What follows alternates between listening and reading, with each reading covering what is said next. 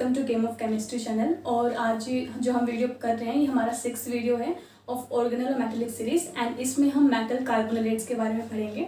इससे पहले हमने जो भी वीडियोस किए उसमें हमने मेटल कार्बोनेट्स के बारे में पढ़ा, लेकिन मेटल कार्बोनेट्स के अलावा भी बहुत इंपॉर्टेंट ऑर्गेनल और मेटेलिक कंपाउंड्स होते हैं जैसे कि फेरोसिन, जैसे सोल्ट, मेटल कार्बोनेट्स। तो अभी हम उन सबको कवर करेंगे, ठीक है। तो आज जो हमारी वीडियो का मेन टॉपिक है वो है मेटल कार्बोनेट्स।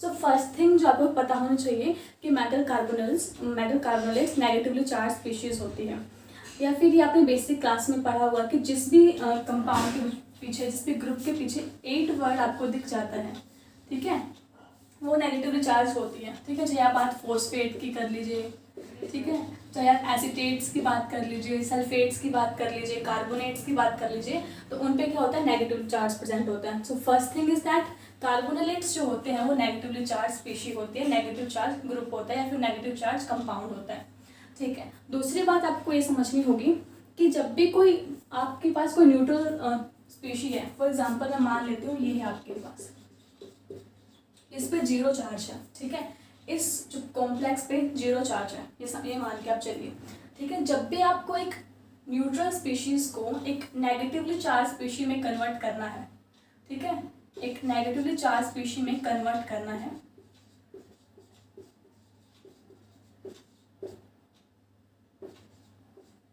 तो आप कैसे करेंगे। अब देखो, जब भी कोई neutral species negatively charge species में कन्वर्ट हो रही है, इट मीन्स क्या हो रहा है, एडिशन ऑफ इलेक्ट्रॉन, और एडिशन ऑफ इलेक्ट्रॉन को आप क्या बोलते हो, रिडक्शन, ठीक है।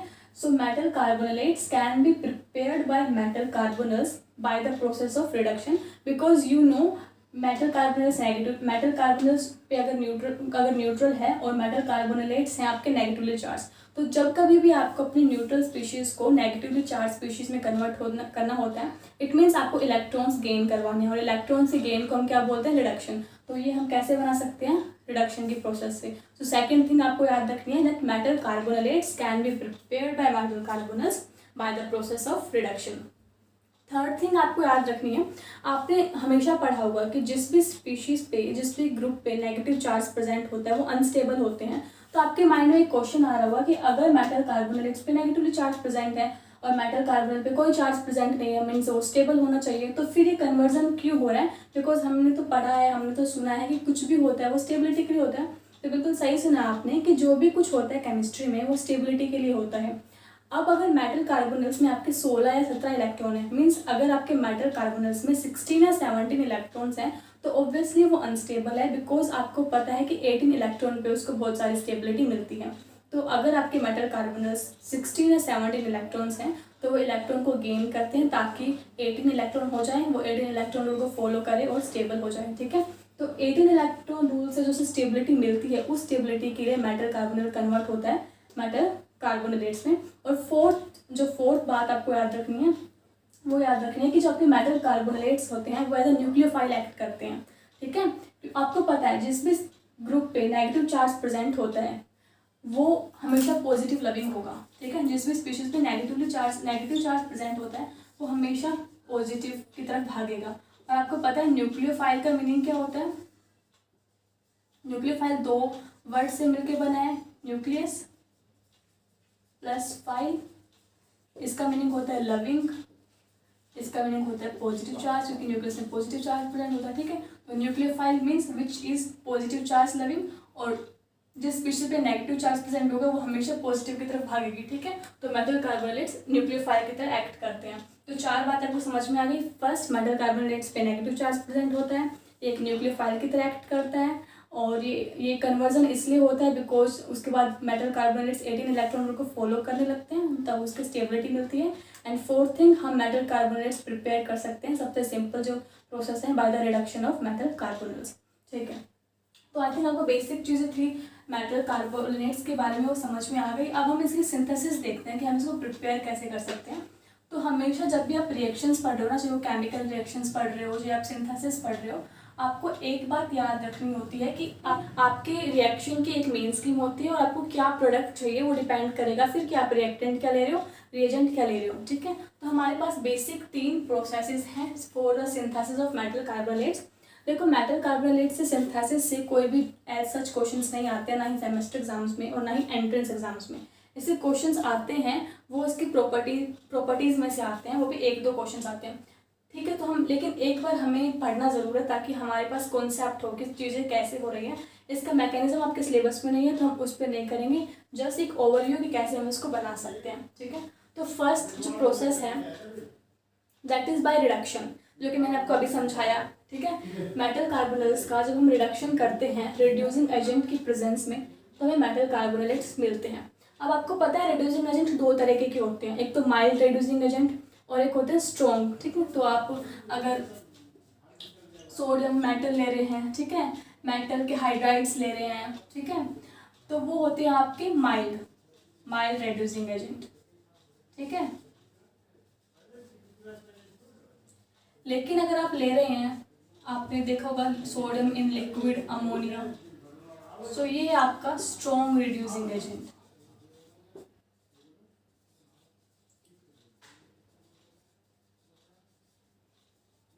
अगर आप यूज़ कर रहे हैं माइल्ड रिड्यूसिंग एजेंट तो आपको मोनो या फिर डाई एनायनिक मेटल कार्बोनेट्स मिलते हैं, और अगर आप super strong reducing agent use कर रहे हो तो आपको सुपर रिड्यूस्ड कार्बोनेट्स मिलते हैं। तो यहाँ पे देखो इस रिएक्शन में मैंने लिक्विड अमोनिया यूज़ किया है। अब आपको पता है कि ये जो है ये स्ट्रॉन्गली रिड्यूसिंग एजेंट है, तो ये स्ट्रॉन्गली रिड्यूसिंग एजेंट है। तो यहाँ पे देखो इसने जो आपका कार्बोनिल था उसको -3 में ला के छोड़ दिया, इससे 3 पोटेशियम कैटायन अटैच है, इट मीन्स यहाँ पे 3 नेगेटिव चार्ज है। तो इसने मोनो अनायनिक नहीं बनाया, इसने डाई अनायनिक नहीं बनाया, इसने सीधा ट्राई अनायनिक बनाया है, ठीक है। मीन्स इसने इसको इतना रिड्यूस कर दिया। तो आपको क्या याद रखना है कि रिड्यूसिंग एजेंट होते हैं 2 तरीके के, ठीक है, माइल्ड एंड स्ट्रॉन्ग। स्ट्रॉन्ग जो होते हैं वो सुपर मतलब अच्छे तरीके से रिड्यूस कर देते हैं, और जो माइल्ड वाले होते हैं वो मोनो अनायनिक या फिर डाई अनायनिक कार्बोनेट्स बनाते हैं, ठीक है। उसके बाद सेकंड जो मेथड है वो है बाय न्यूक्लियोफाइल अटैक, कि न्यूक्लियोफाइल के अटैक से भी हम जो है मेटल कार्बोनेट्स बना सकते हैं। इसमें हमें क्या चाहिए होता है, मेटल कार्बोनेट्स, कोई भी मेटल कार्बोनेट लो आप, ठीक है। एक स्ट्रॉन्ग बेस हम जनरली NaOH को ही लेते हैं, एंड देन हम रिएक्शन कराते हैं तो आपको मिलता है मेटल कार्बोनेट। इसमें जो आपका कार्बोनिल लिगेंड प्रेजेंट होता है मेटल कार्बोनिल के अंदर, वो itself act as an reducing agent, वो खुद ही एक रिड्यूसिंग एजेंट की तरह काम करता है। तो ये रिएक्शन देखो, यहाँ पे हमने मेटल कार्बोनिल लिया, ठीक है, देन एक स्ट्रॉन्ग बेस लिया NaOH, ठीक है। तो जो कार्बोनिल प्रेजेंट है एक्ट कर रहा है as an reducing agent itself, ठीक है, एंड देन हमें हमारा कार्बोनेट मिल जाता है। अब हमें ये वाला कार्बोनेट मिल जाता है, इसमें जो आपका एनायन है उसमें -1 चार्ज है। हमने इसको फर्दर रिड्यूस कराया तो हमें फर्दर रिड्यूस्ड फॉर्म मिलेगी, जिसमें जो चार्ज है मेटल कार्बोनेट पे वो -2 है। और जो ये कॉम्प्लेक्स है इसको हम बोलते हैं कोलमन रिएजेंट। जैसे गिलमन रिएजेंट होता है, ग्रिग्नार्ड रिएजेंट होता है, इनके नेम होते हैं ना, वैसे ही इस कॉम्प्लेक्स का नाम है कोलमन रिएजेंट, ठीक है। तो पहली process by reduction, secondly method by nucleophile attack, third method is by disproportion, ठीक है। Third method is by disproportion. इसमें आपको क्या चाहिए, एक बायोन्यूक्लियर कॉम्प्लेक्स। आपको पता है बायोन्यूक्लियर कॉम्प्लेक्स वो होते हैं जिनमें एक से ज़्यादा मेटल आइटम प्रेजेंट हो, जिसमें मेटल मेटल बॉन्ड आपको देखने को मिल जाए, ठीक है। जैसे कि यहाँ पे देखो ये आपका बायोन्यूक्लियर कॉम्प्लेक्स है, ठीक है, क्योंकि इसमें आपकी जो कोबाल्ट है वो 2 प्रेजेंट है। आपको cobalt means metal metal bond देखने को मिल जाएगा। एंड देन आपको चाहिए एक पाई एक्सेप्टर लिगेंड, ठीक है। पाई एक्सेप्टर लिगेंड्स वो होते हैं जिनमें एम्प्टी जबकि अनऑक्यूपाइड ऑर्बिटल्स होते हैं, वो होते हैं जिनमें कि जो आप मेटल एटम जो डोनेट करता है इलेक्ट्रॉन्स वो वहाँ पे आ सकते हैं, ठीक है। तो आपको चाहिए एक बायोन्यूक्लियर कॉम्प्लेक्स, आपको चाहिए एक pi acceptor ligand, and then आपकी रिएक्शन होती है और आपको मिल जाते हैं आपका कार्बोनेट। यहाँ पे ये आपका कार्बोनेट है, ठीक है, ये आपका कैटायन है और ये आपका एनायन है, ठीक है, ये आपका कैटायन है, ये आपका एनायन है। डिस्प्रोपोर्शन रिएक्शन वो रिएक्शंस होती हैं जिसमें सेम स्पीशीज का रिडक्शन भी होता है और सेम स्पीशीज का ऑक्सीडेशन भी होता है। तो यहाँ पे आप देखो कोबाल्ट का रिडक्शन भी हो रहा है और कोबाल्ट का ऑक्सीडेशन भी हो रहा है, ठीक है। तो डिस्प्रोपोर्शन रिएक्शन वो रिएक्शंस होती हैं जिनमें जो एक ही स्पीशीज का गेन ऑफ ऑक्सीडेशन स्टेट भी होता है और लॉस ऑफ ऑक्सीडेशन स्टेट भी होता है। तो आई थिंक आपको सिंथेसिस भी समझ में आ गई होगी। पहला तुम रिडक्शन से बना सकते हैं, दूसरा न्यूक्लियोफाइल के अटैक से बना सकते हैं, और तीसरा डिस्प्रोपोर्शन रिएक्शन का कॉन्सेप्ट करके बना सकते हैं। मेन स्किप सबकी याद रखनी है। इसमें मेन स्किप है metal carbonates plus reducing agent, इसमें है metal carbonates plus strong base. Reducing agent आपको नहीं लेना है because carbonate itself act as a reducing agent. And third में आपको एक बायोन्यूक्लियर कॉम्प्लेक्स लेना है और एक पाई एक्सेप्टर लिगेंड लेना है, और फिर आपको जो कैटायन और एनायन दोनों जो है वो कॉम्प्लेक्सिव फॉर्म में मिलते हैं, ठीक है। इनमें सिर्फ एनायन कॉम्प्लेक्सिव फॉर्म में है। समझ में आई बात? तो आई थिंक आपको सिंथेसिस समझ में आ गई होगी। इसके बाद हम सिर्फ प्रॉपर्टीज़ की बात करते हैं, ठीक है। तो प्रॉपर्टीज़ की बात करते हैं। तो प्रॉपर्टीज़ इसकी दो ही हैं कि ये एक बेस की तरह एक्ट करता है और दूसरा एक न्यूक्लियोफाइल की तरह एक्ट करता है। तो इससे जो क्वेश्चंस आते हैं ना वो इस तरीके से आते हैं कि arrange them according to their basicity order, arrange them according to their basic strength, ठीक है। तो वो उस तरह के क्वेश्चंस आते हैं तो हम वो देखते हैं। So now we will talk about the properties of metal carbonates. तो मेटल कार्बोनेट्स की दो मेजर प्रॉपर्टीज आपको याद रखनी है। फर्स्ट कि ये एक बेसिक नेचर शो करते हैं, ठीक है, और दूसरा एक न्यूक्लियोफाइल की तरह एक्ट करता है। तो क्वेश्चंस कैसे आ सकते हैं कि अरेंज जो आपको काफ़ी सारे कॉम्प्लेक्स दे दिए जाएंगे और बोला जाएगा कि arrange them according to their basic strength, ठीक है, उनको बेसिक स्ट्रेंथ के अकॉर्डिंग अरेंज करना होगा। तो आप इसके लिए आपको पता होना चाहिए कुछ बातें, कुछ टूल्स। तो हम बेसिक स्ट्रेंथ की बात कर रहे हैं पहले कि अगर हमसे बेसिक स्ट्रेंथ पूछी हो तो हम कैसे पता लगाएंगे। तो देखो आपको कुछ बातें याद रखनी है। फर्स्ट आपको ये बात याद रखनी है कि जैसे आप ग्रुप में मूव करते हैं down, as you move down into the group जो आपकी बेसिक स्ट्रेंथ है वो इंक्रीज होती है। आपकी बेसिक स्ट्रेंथ इंक्रीज होती है, ठीक है। तो as you move down in the group आपकी बेसिक स्ट्रेंथ इंक्रीज होती है। देखो आपको ना कुछ भी रटना नहीं है, आपको कॉन्सेप्ट समझने हैं। तो एक कॉन्सेप्ट पकड़ो कि बेसिक स्ट्रेंथ बेसिकली होती क्या है। हम बेसिक स्ट्रेंथ समझते क्या हैं। सो कोई भी कंपाउंड या फिर कोई भी ग्रुप कितनी इजीली इलेक्ट्रॉन्स को रिलीज कर रहा है, कितनी इजीली इलेक्ट्रॉन को डोनेट कर रहा है, ठीक है, कितनी इजीली इलेक्ट्रॉन को लूज कर रहा है, वही उसकी बेसिक स्ट्रेंथ बताने का सबसे सही तरीका होता है। आपने नाइट्रोजन कंटेनिंग कंपाउंड्स में देखा होगा कि कितनी इजीली नाइट्रोजन के ऊपर से लोन पे डोनेट होते हैं, उतना ही ज़्यादा वो बेसिक होते हैं। तो यही चीज़ होती है कि कोई कंपाउंड, कोई ग्रुप कितनी इजीली इलेक्ट्रॉन्स को रिलीज करता है, इलेक्ट्रॉन को लूज करता है, उतनी ही ज़्यादा उसकी बेसिक स्ट्रेंथ होती है। तो देखो जैसे हम ग्रुप में डाउन मूव करते हैं साइज इंक्रीज होता है, ठीक है, साइज इंक्रीज होता है तो जो इलेक्ट्रॉन्स होते हैं वो लूजली बाउंड होते हैं और वो इजीली रिलीज हो जाते हैं। तो ये रीज़न है कि आपकी down the group basic strength क्यों इंक्रीज होती है, because as you move down the group size increase होता है। साइज इंक्रीज होता है that means electrons are loosely bound and they can be easily release. तो ये फर्स्ट रीज़न था। सेकेंड आप समझ सकते हो कि जितना भी वो होगा ना, जितने भी फैक्टर्स होंगे जो नेगेटिव चार्ज को इनहेंस करेंगे ऑन मेटल, वो सभी बेसिसिटी को भी इनहेंस करेंगे, ठीक है। दूसरा आपको एक चीज़ समझनी है कि जितने भी फैक्टर्स होंगे जो नेगेटिव चार्ज को, दूसरी आपको एक बात समझनी है कि जितने भी फैक्टर्स होंगे जो नेगेटिव चार्ज को इनहेंस करेंगे और मेटल आइटम, वो बेसिसिटी को भी इनहेंस करेंगे। फॉर एग्जांपल यहाँ पे आपके पास एक कार्बोनेट में ले लेती हूँ, ठीक है, और इसके साथ मैं अटैच कर देती हूँ एक पाई एक्सेप्टर लिगेंड को। सपोज करो मैंने इसके साथ कोई पाई एक्सेप्टर लिगेंड अटैच कर दिया।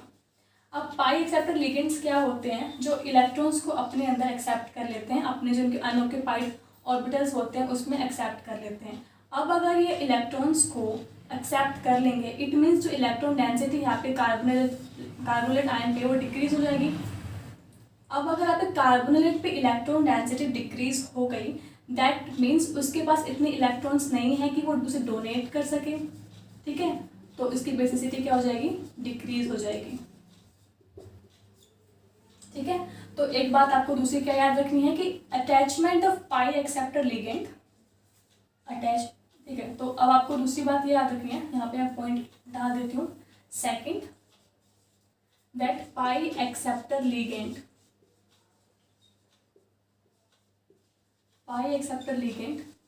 Decreases the basic strength. Reason आपको समझ में आ गया होगा कि क्यों होता है ऐसा, because pi acceptor ligand electrons को एक्सेप्ट कर लेते हैं तो मेटल आइटम पे इलेक्ट्रॉन डेंसिटी कम हो जाती है। मेटल आइटम पे इलेक्ट्रॉन डेंसिटी कम हो गई मीन्स हमारे कार्बोनेट पे इलेक्ट्रॉन डेंसिटी कम हो गई और वो इजीली डोनेट नहीं कर पाएगा। तीसरी बात आपको याद रखनी है कि जो इलेक्ट्रॉन डोनेटिंग ग्रुप्स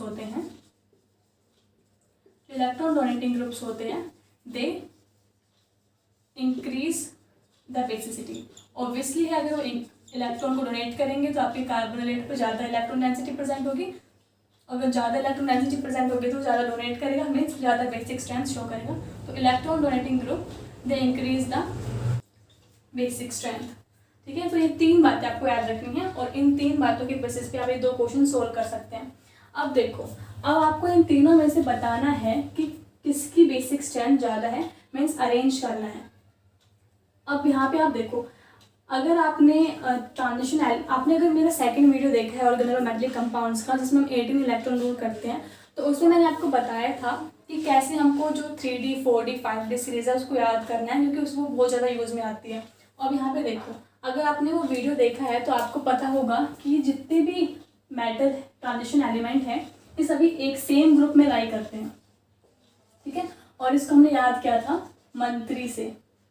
ठीक है, मंत्री से। सो Mn से मैग्नीज था, T से Tc के लिए था, Ri से ईस के लिए था। ठीक है, तो ये हमें, ठीक है, अब आपको पता है कि यहाँ पे हम मूव करें डाउनवर्ड इन द ग्रुप। ठीक है, ये 3D सीरीज है, ये 4D 5D है, और मैंने आपको बताया कि जैसे हम ग्रुप में डाउनवर्ड मूव करते हैं तो बेसिक स्ट्रेंथ इंक्रीज होती है, मीन्स इसकी बेसिक स्ट्रेंथ इंक्रीज होगी। तो सबसे ज़्यादा बेसिक होगा आपका ये वाला कंपाउंड। ठीक है, उसके बाद होगा आपका Tc वाला कंपाउंड। ठीक है, और उसके बाद आपका मैग्नीज वाला कंपाउंड। रीजन आपको पता है, as you move down the group size increase होता है, इजिली इलेक्ट्रॉन को लूज कर देगा, मीन्स ज़्यादा बेसिक होगा। ठीक है, सेकंड क्वेश्चन पे आते हैं। सेकंड क्वेश्चन पे आप जो ये ग्रुप देख रहे हो ये एक इलेक्ट्रॉन डोनेटिंग ग्रुप है। ठीक है, अगर इलेक्ट्रॉन डोनेटिंग ग्रुप है इट मीन्स इलेक्ट्रॉन डेंसिटी को इंक्रीज कर रहे हैं। अगर ये इलेक्ट्रॉन डेंसिटी को इंक्रीज कर रहा है इट मीन्स इसके ऊपर जो है इलेक्ट्रॉन ज़्यादा है तो ज़्यादा डोनेट करेगा, मीन्स ज़्यादा इसकी बेसिक स्ट्रेंथ होगी, तो ये आपका ज़्यादा बेसिक है। ठीक है, तो बेसिक स्ट्रेंथ वाला कॉन्सेप्ट समझ में आ गया। दूसरी जो ये प्रॉपर्टी शो करता है, ये तीनों पॉइंट याद रखना। ठीक है, दूसरी जो प्रॉपर्टी शो करता है वो करता है एज ए न्यूक्लियोफाइल।